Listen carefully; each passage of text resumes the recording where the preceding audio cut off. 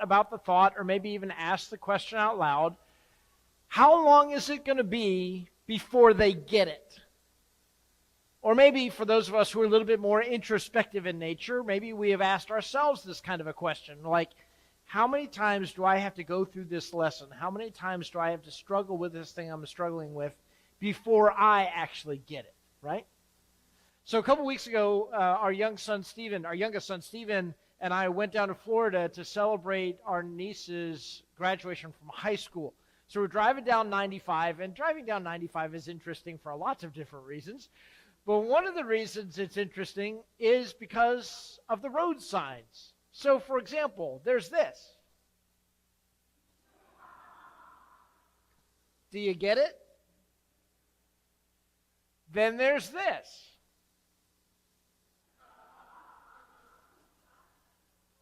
Do you get it? Then there's this. Do you get it? So, last couple of weeks we've been going through the life of Moses together. We've been going through the early part of the book of Exodus together. And as we've been doing that, we have kind of been watching and seeing what's going on in Moses' life, right? We've seen Moses fall from privilege to pariah. We've seen Moses down in the wilderness of Midian, traveling around as a shepherd, leading sheep around the wilderness. We have seen Moses be called by God in the burning bush to go back to Egypt, back to Pharaoh, and essentially to say to Pharaoh, okay, so Pharaoh, you know those slaves you've got, those Hebrew slaves that you've got, the ones that are basically your workforce that you've been using around the nation, the ones that have been building these cities for you, the ones that have been greatly expanding your wealth and your power and your honor and your kingdom and your economy, the ones that have been working for you basically for free. You remember those Hebrew slaves? Yeah, those guys? Let them go. Well, how do you think that's going to fly? Yeah, it didn't, right? Not at all. In fact, Pharaoh's like, nope, ain't going to happen. So Moses knows that he needs to kind of beef up his proposal a little bit. And so we see in Exodus chapter 6 and 7, God starts to help him to beef up his proposal a little bit. If you've got a Bible with you, go ahead and turn to Exodus chapter 6 and 7. We're going to take a look at a couple of things there real fast. God is explaining to Moses what he wants to happen, what he wants Moses to say to Pharaoh and to the people. And he says in Exodus chapter 6, verse 6, he says, I will redeem you, the Hebrew people, with an outstretched arm and with mighty acts of judgment.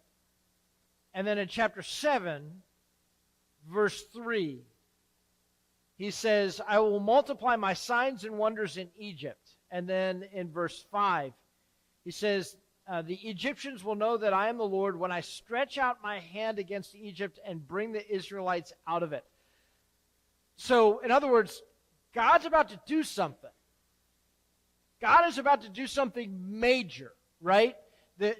We see this language introduced at this point in the book of Exodus called signs and wonders. Signs and wonders is a phrase that is going to be used throughout the rest of the Bible, right? But it starts right here in Exodus chapter 6 and 7. It is originated right here. So anytime that people hear signs and wonders throughout the rest of the Bible, their brain instantly goes back to this text of Exodus chapter 6 and 7.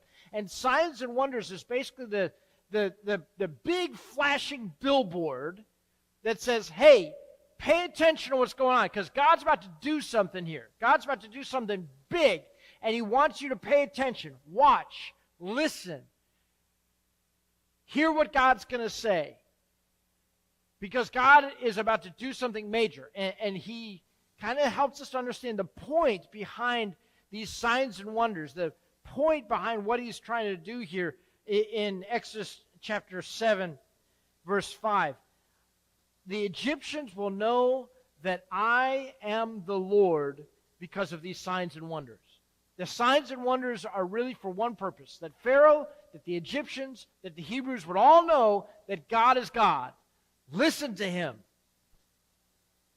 Follow him. Obey him.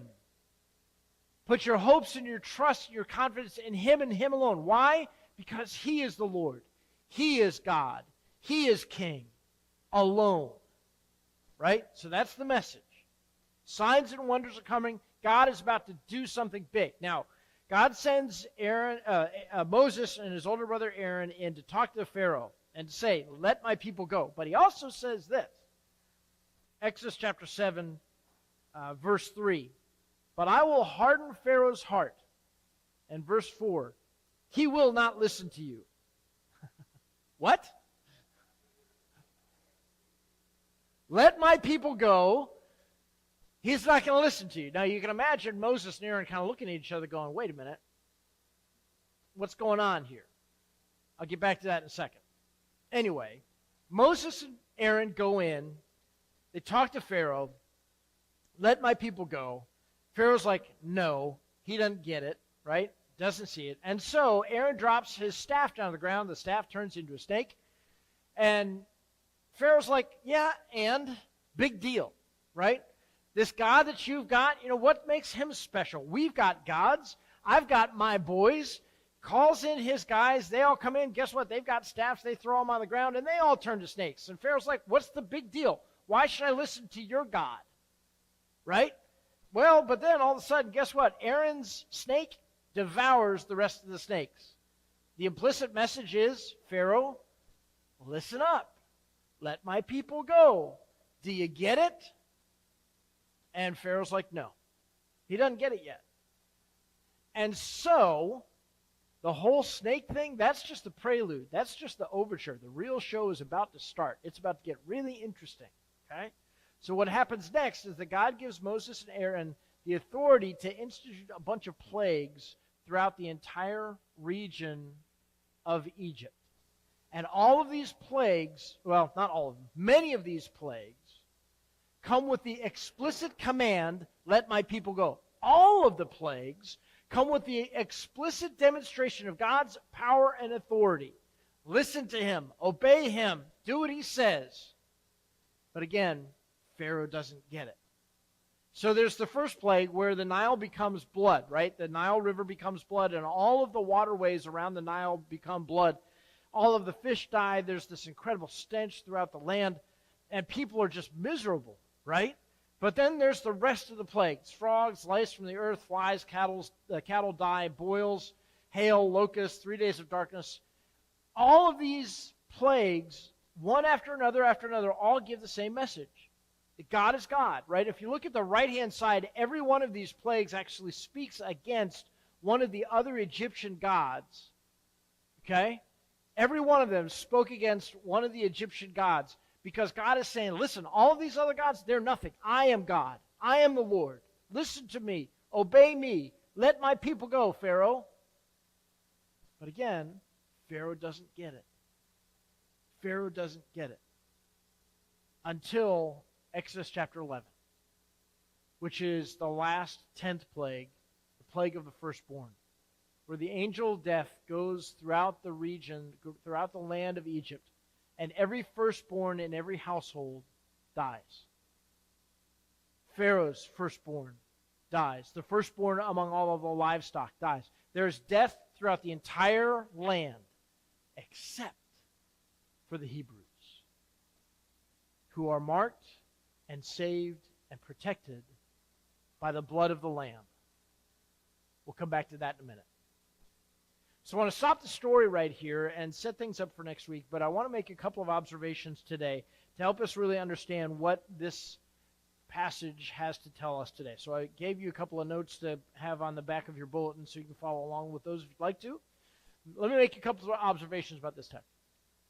First observation is this: that following Jesus doesn't always make sense. Follow him anyways. Following Jesus does not always make sense. Follow him anyways.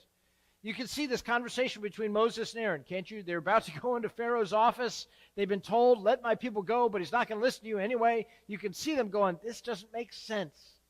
This isn't going to turn out the way that we want it to, right? This just doesn't make sense. And yet, what happens? They go into Pharaoh's office anyway. My guess is that for some of us, God may be leading us and prompting us and commanding us and directing us to step out in faith in ways that maybe just don't quite make sense to us. what I call the yeah, but moments, where God says, I want you to do this, and you're like, well, yeah, but, and it doesn't quite make sense. See, following Jesus doesn't always make sense. Follow him anyways. Second observation I'd like to make about this text is that following Jesus doesn't always mean success. Follow Jesus anyways. Again, go back to Moses and Aaron, their conversations with each other. You can kind of see them really get excited about the whole snake trick thing, right? Man, we got this snake, and he ate all the rest of the snakes, and man, wasn't that cool? That was fantastic, right? But Pharaoh's like, no, I'm not letting these people go. That's a problem. And then you got the first plague, and the second plague, and the third plague, and Pharaoh's still not letting the people go. And the fourth and fifth and sixth plague, and Pharaoh's still not letting the people go. Seventh, eighth, and ninth plague, Pharaoh's still not getting it, right? You see, this is not a success story up until this point.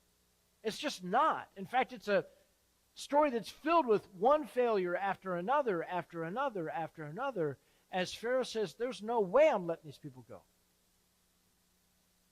And my guess is that at some point in time in our life, that God asks us to step out in faith in ways that are not going to feel like success, where things are not going to work the way that we wanted them to, where things are not going to turn out the way that we wanted to, where things don't feel successful as our world defines success. But you know what? Follow him anyway. Third observation I want to make about this text is that the why behind following Jesus is signs and wonders. The why behind following Jesus is signs and wonders. As we've been talking about, this phrase, signs and wonders, is used a ton of times throughout the rest of the scriptures. And every time it's used, it's used in this kind of billboard, this big, huge, glowing, magic billboard that says, pay attention to what's going on here because God is doing something. This God who is worthy of our worship, who is King and God and Lord of all things, he's doing something. Pay attention. And he wants to use that sign and wonder to help us to bend the knee and to worship the Lord and serve him only. And there's lots of places in the scriptures where this phrase, signs and wonders, is used. The book of John is a perfect example of how signs and wonders are used. Look at some of the things that Jesus did in his life to demonstrate signs and wonders. He turned water into wine. He healed the royal official's son. He healed the man at the pool. He fed the 5,000. He walked on water. He healed the man born blind, which is the text we just read a couple minutes ago. He raised Lazarus from the dead, and of course, his own death and resurrection. And the Bible makes it clear that these things are signs and wonders. Billboard, flashing lights. God is doing something. Listen to him. Pay attention. Follow him. Serve him. Obey him. And it's interesting to see Jesus says these words in John 4:48. Unless you people see signs and wonders, you will never believe. And he said that in John 4, and then he goes on and does a whole bunch of signs and wonders so that people would believe, so that people would recognize Jesus as Lord and God and King. Do you get it?